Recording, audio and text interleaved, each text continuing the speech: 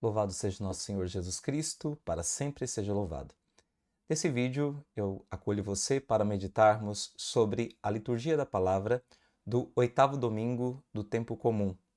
Nesse domingo, a Igreja proclama o Evangelho de São Lucas, capítulo 6, versículos de 39 a 45.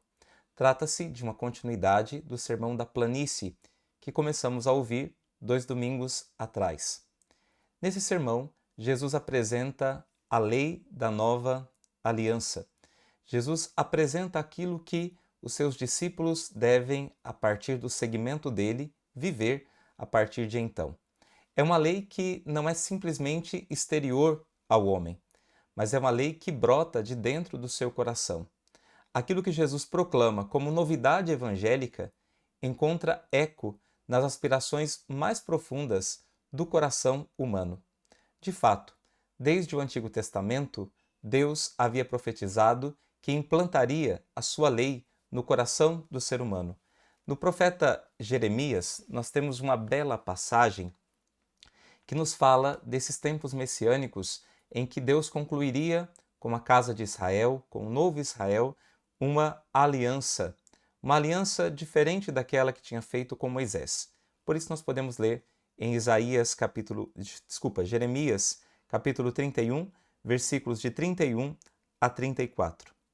Dias virão, oráculo do Senhor, quando hei de fazer uma nova aliança com a casa de Israel e a casa de Judá. Não será como a aliança que fiz com seus pais, quando os tomei pela mão para fazê-los sair da terra do Egito. Aliança que eles romperam, embora eu fosse o Senhor, oráculo do Senhor. Esta aliança que farei com a casa de Israel, a partir daqueles dias, oráculo do Senhor.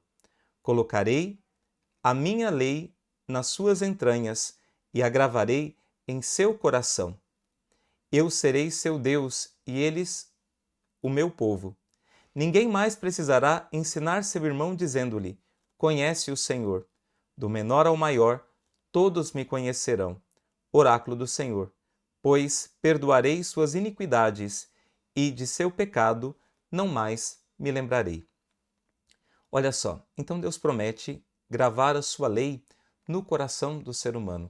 E é de fato esta lei evangélica de que quando nós assumimos a vida de nosso Senhor Jesus em nós pelo batismo, quando nós acolhemos o seu evangelho, o que temos é um coração transformado. Se alguém está em Cristo, é uma nova criatura. É o coração de Cristo que deve habitar em nós. De tal maneira, nós devemos viver em Cristo e Cristo viver em nós, a ponto de nós podermos dizer como São Paulo: já não sou eu que vivo, é Cristo que vive em mim. É aquele que é o próprio autor da lei que habita em mim. Por isso, a lei brota do meu coração. A lei flui do meu coração. E as minhas atitudes exteriores serão fruto daquele que eu acolho dentro do meu coração. Só é possível nós cumprirmos a lei da nova aliança se nós estivermos cheios de nosso Senhor, se nós estivermos na união verdadeira com Ele. Então nós somos chamados a ter esse coração que acolhe o próprio Senhor, para que tenhamos de fato um coração que busca a Deus com sinceridade e que vive os seus mandamentos a partir desta interioridade. Esses versículos do Evangelho que nós lemos neste domingo, do 39 ao 45, ele é composto especialmente de 3 temas. O primeiro tema é que um cego não pode guiar outro cego. O segundo tema é, Jesus nos apresenta que é um erro querer tirar o cisco do olho do nosso irmão e não tirar a trave do nosso próprio olho. E o terceiro tema é de que a árvore se reconhece pelos frutos, ou seja, reconhecemos o que o homem realmente é pelas suas atitudes, pelas suas obras. Esse discurso, esse ensinamento, Jesus não dirige aos fariseus, mas Jesus dirige aos próprios discípulos para que eles tomem cuidado para não caírem nos mesmos erros dos fariseus e assim terem um coração afastado de Deus, um coração que louva a Deus com os lábios, mas que no fundo está longe de Deus e vivendo na mesma realidade que os fariseus vivem, que é a realidade da hipocrisia. Então, com esses três ensinamentos dirigidos aos discípulos, Jesus quer adverti-los contra toda hipocrisia, que é a atitude característica dos fariseus e que deve ser combatida veementemente pelos discípulos de nosso Senhor. Mas nós podemos nos perguntar: o que é esta hipocrisia que Jesus quer que os seus discípulos combatam com tanta força? A palavra hipocrisia vem do grego hipócrisis.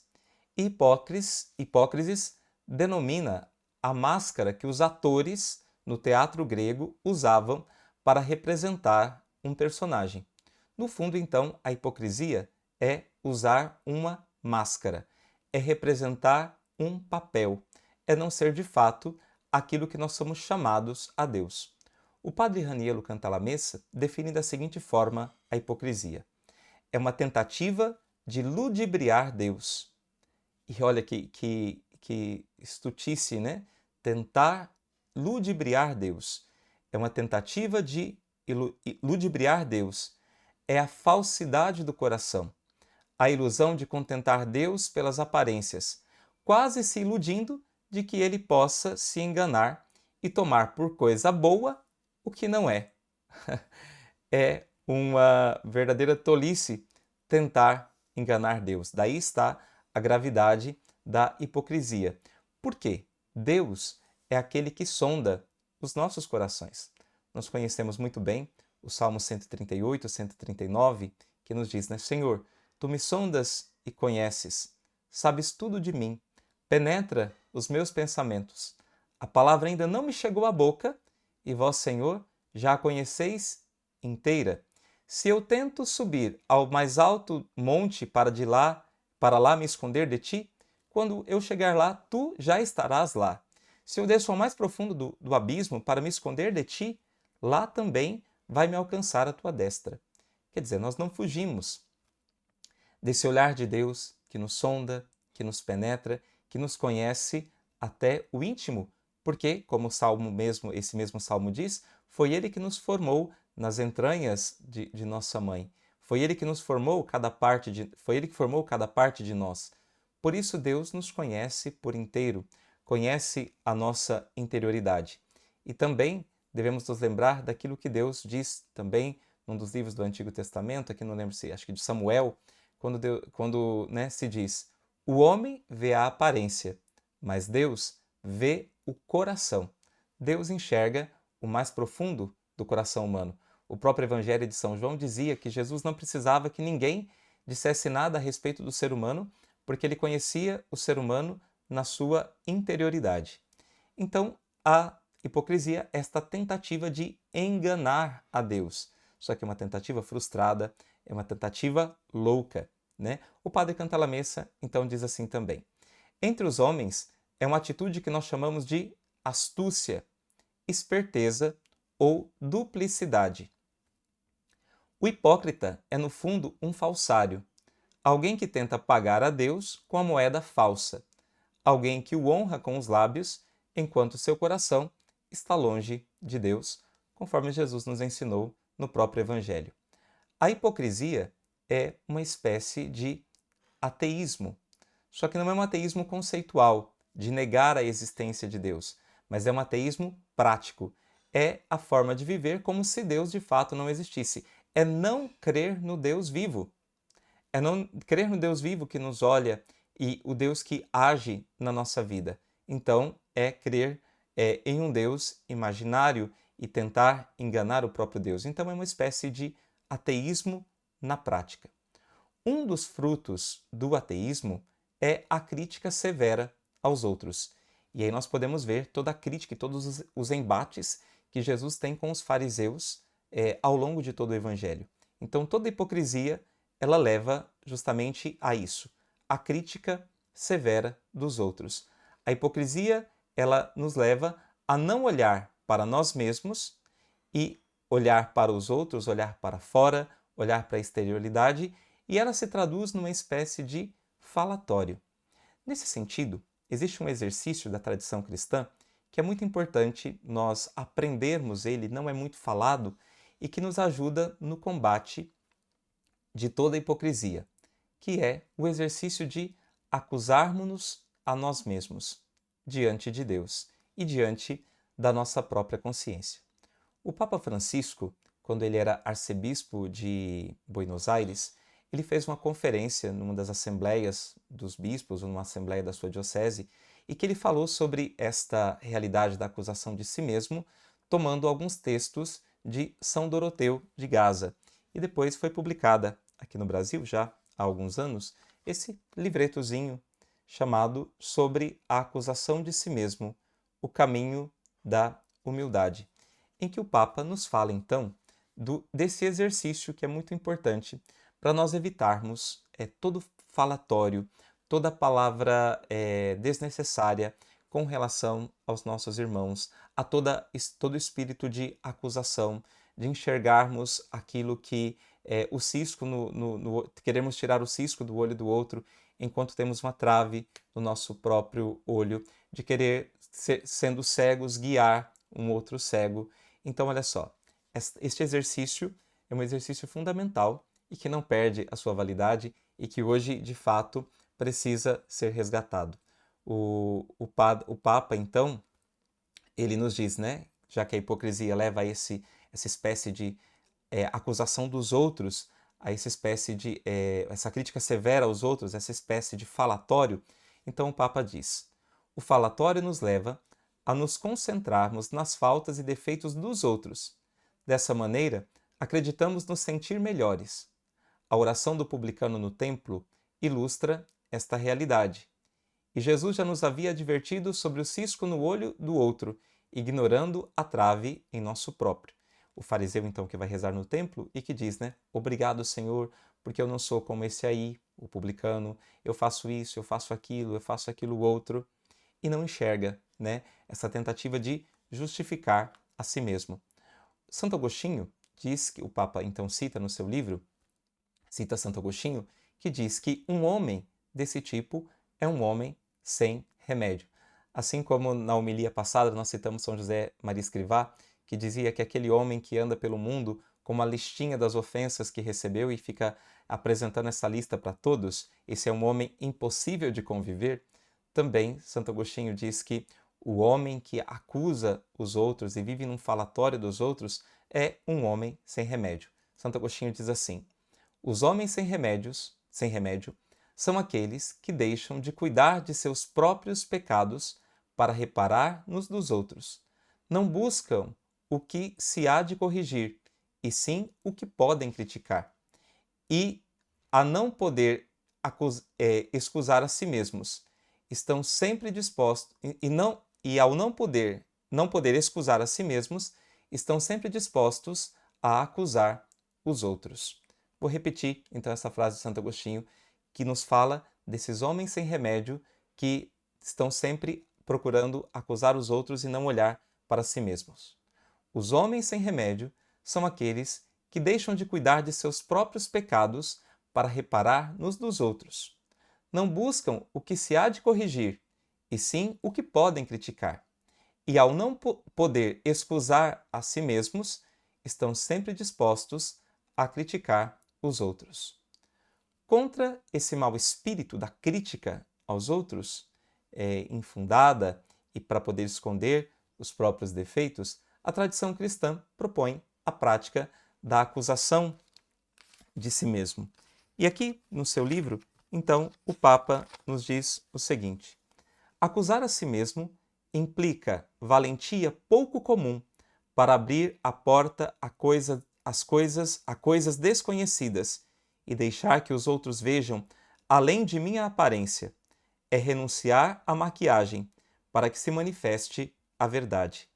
Na base do acusar a si mesmo está a opção fundamental pelo anti-individualismo, pelo espírito de família e de igreja que nos conduz a assumirmos como bons filhos e bons irmãos para, mais tarde, podermos vir a ser bons pais.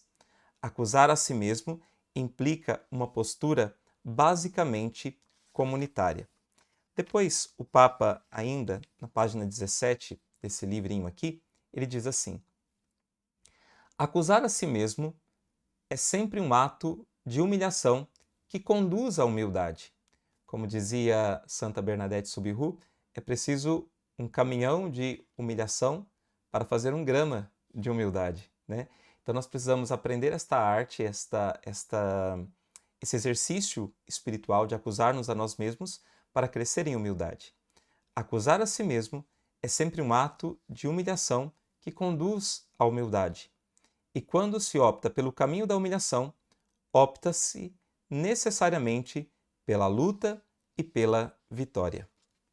Depois, ainda, o Papa nos diz: quem acusa a si mesmo abre espaço para a misericórdia de Deus, como o publicano que não ousa levantar os olhos.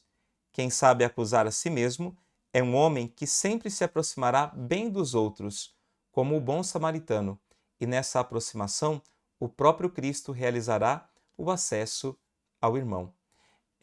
Os fariseus, então, eles têm a atitude de justificar a si mesmos.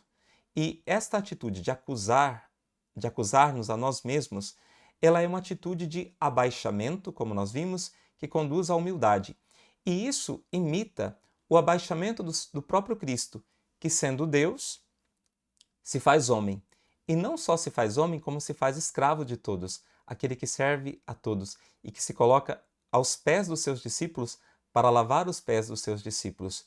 Essa atitude de abaixamento nossa, ela imita a atitude de kenosis, ou seja, de esvaziamento, de abaixamento do próprio Cristo. E quando nós nos abaixamos, é o próprio Senhor quem nos justifica em nosso abaixamento. Os fariseus eram aqueles que justificavam-se a si mesmos. O Papa ainda nos diz aqui, né, no seu livro, citando agora São Doroteu de Gaza, algumas coisas também bem importantes. Vamos tomar aqui. Então, São Doroteu diz assim: quando um homem não é afeito a acusar a si mesmo, não teme nem mesmo acusar a Deus.